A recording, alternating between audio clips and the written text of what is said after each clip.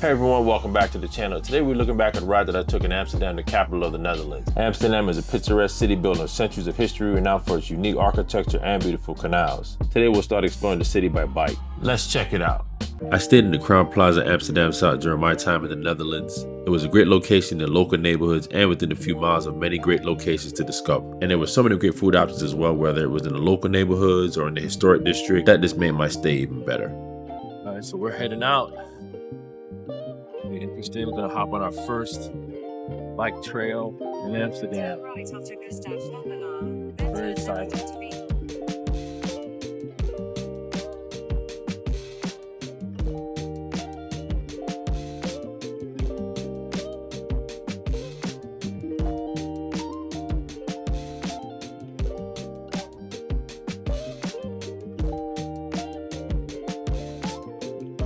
Planning for this ride, I was so excited for the chance to ride in what many people consider the most bike-friendly city in the world. So of course the question is Amsterdam the ultimate cycling destination? This is a question I'm hoping to answer after today's ride.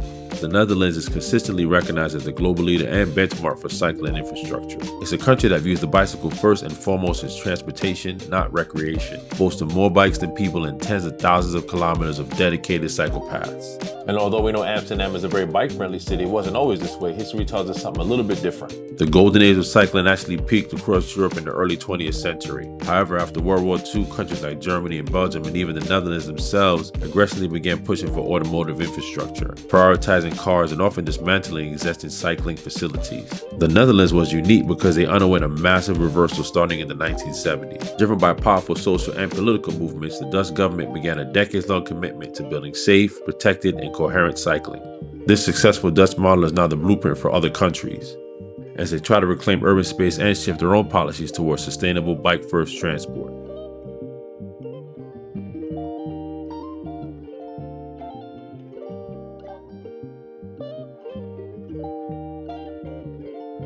Compare my experience to cities here that I've been to in America, we definitely have a lot of work to do. In many places, especially outside populated areas, America is famous for its open spaces and vast lands, compared to European cities with smaller, compact, historic layouts. And you would think with the US having all this space, they'd be able to create adequate biking infrastructure, but compared to Europe and other places in the world, it's not even close. In the US, there was a cycling movement in the 60s and 70s and an increase in bike sales with attempts in California to incorporate protected biking infrastructure with automotive traffic. The city of Davis, California found some success based on this progressive idea. Unbelievably, all potential progress was halted or set back due to biking advocates and one infamous gentleman in particular named John Forrester. He believed cyclists should share traffic lanes with automobiles called vehicular cycling. This man spent his whole life fighting better biking infrastructure that would benefit thousands of people. The idea of it really just blows my mind. And anyone with common sense will tell you by sharing lanes with cars, SUVs, and trucks, the safety concerns are real. Even if they're not traveling at high speeds, any collision, especially on a bike with little to no protection, you really don't stand a chance. The death rates for US cyclists in 2023 was at the highest level ever recorded. It has gone up around 53% from 2014 to 2023. Dedicated biking lanes and infrastructure will certainly provide more ways to travel, allowing motorists to focus on other automobiles and motorcycles. Separate biking lanes can encourage pedestrians to not only use bikes for recreation, but actual transportation like Europe. In the last few years, places like Brooklyn, New York, and Cambridge, Massachusetts have made serious progress with this initiative. Amazingly, on the famous Brooklyn Bridge, the whole car lane was converted to bike traffic. In a city like New York, that's a huge deal considering how important available lanes are in automotive traffic.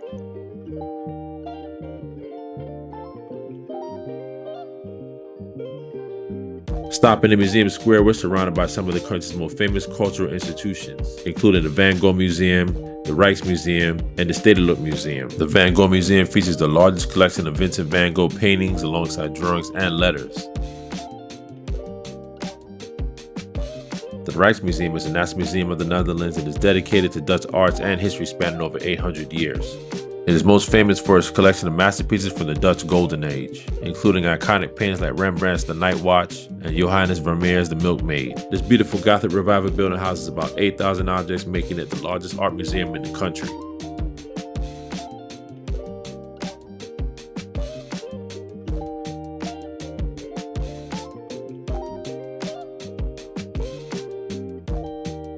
Now we're entering the world-famous Canal District or Canal Belt in Amsterdam Central. The historical city was once the official city of Amsterdam, with the single canal serving as the boundary and moat to the medieval city from 1480 to 1585, when the city expanded beyond the canal. During this expansion, additional canals were built. In the 19th century, additional expansion took place outside of the well-known city center. In 2010, the 17th century canal ring was nominated as a UNESCO World Heritage Site.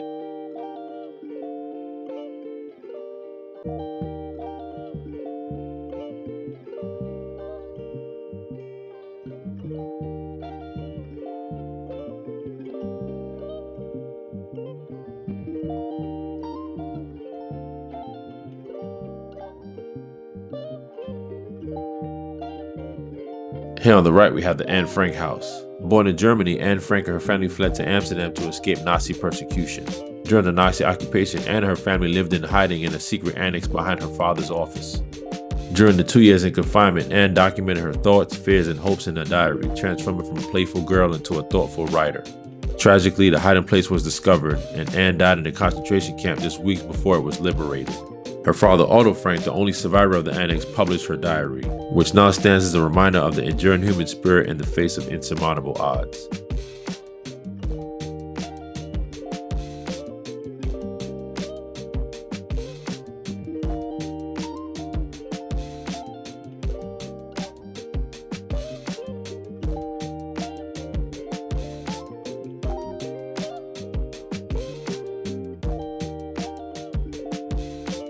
Here we are in the famous Red Light District. Officially known as the Wallen, it's one of Amsterdam's oldest neighborhoods.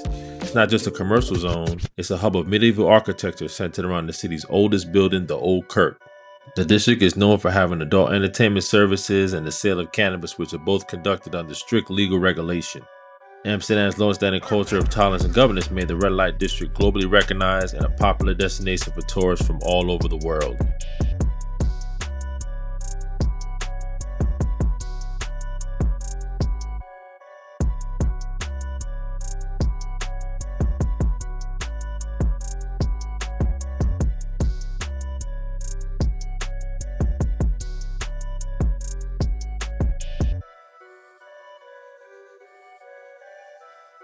Amsterdam Centraal Station is the largest railway in the country. It is a major international and domestic railway hub used by 192,000 passengers a day. During my stay, I used the local train station in the evening to check out the Canal District. It was only a few stops away and you can actually use your debit card to enter and exit the train station with no ticket required. The Canal Belt at night has a vibrant atmosphere with great bars and restaurants that are open all night. Amsterdam Central Station is located right on the southern bank of the River Ij, which separates the historic center from the Amsterdam North District. At the docks behind the station, you can catch the free GVB ferries that cross the river and that not only provide essential transportation but also scenic views of the waterfront. This area also serves as the main hub for international water travel. The terminal here is a primary starting or ending point for large multi-day European river cruises, with itineraries traveling along famous waterways such as the Rhine and the Danube, connecting Amsterdam to cities like Cologne and Budapest. I had a chance to see some of these river cruise lines during my time in Passau riding along the Danube into Austria. Check out the link above to see that amazing ride. It was a lot of fun.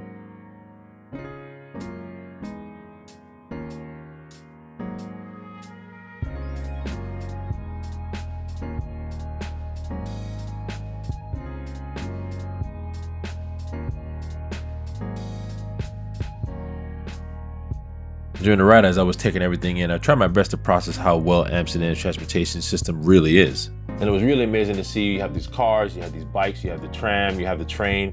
Everything is working in harmony. All these thousands of people just moving, going where they need to go. They even had ferries as well. They have a really good system that's definitely the model for other cities. Vondelpark is the most famous and largest city park in Amsterdam, covering over 120 acres and serving as the city's gathering place for locals and tourists alike. The sprawling Victorian-style space is an essential part of daily Amsterdam life, offering winding pathways, beautiful gardens, and large ponds, making it perfect for cycling, jogging, or just relaxing. Throughout the summer months, Vondelpark also hosts free open-air concerts and theatrical performances, transforming it into a vibrant cultural hub right in the heart of the city.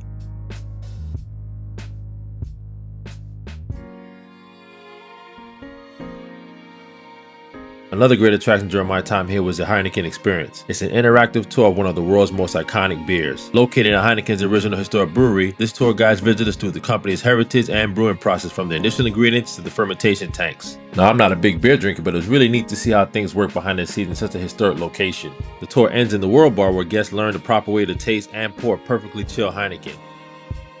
One of the main attractions in Amsterdam is taking a boat tour. These tours offer a completely different perspective than exploring the city by bike or foot. Making your way through the famous UNESCO World Heritage Site Canal Ring, you'll be surrounded by elegant narrow houses that define the city's golden age architecture. Looking closer, you can see the distinct gables from step gables to net gables on houses. The narrow designs combined with steep interior staircases and unique hoist beams with hooks can be seen at the top of many facades. These beams were and still are essential for lifting heavy goods and furniture directly into upper floor windows. The boats also provide views of iconic landmarks and countless historic bridges, giving you a quiet and immersive sense of Amsterdam's rich maritime past. So is Amsterdam the most bike-friendly city in the world? Based on my experience, it's certainly one of the best, thanks to a well-thought-out framework that provides adequate movement for not only bikes, but all modes of transportation. This diversity is what makes the city so elite and such a pleasure to experience. Whether you're gliding through the historic district or just going to the local market, biking in Amsterdam is a must for anyone who enjoys this mode of travel. Thanks for watching the 7th video of this series. Stay tuned for our final European ride in the town of Brooklyn in the Netherlands. Be sure to like, share, and subscribe. See you all soon. Be safe and take care.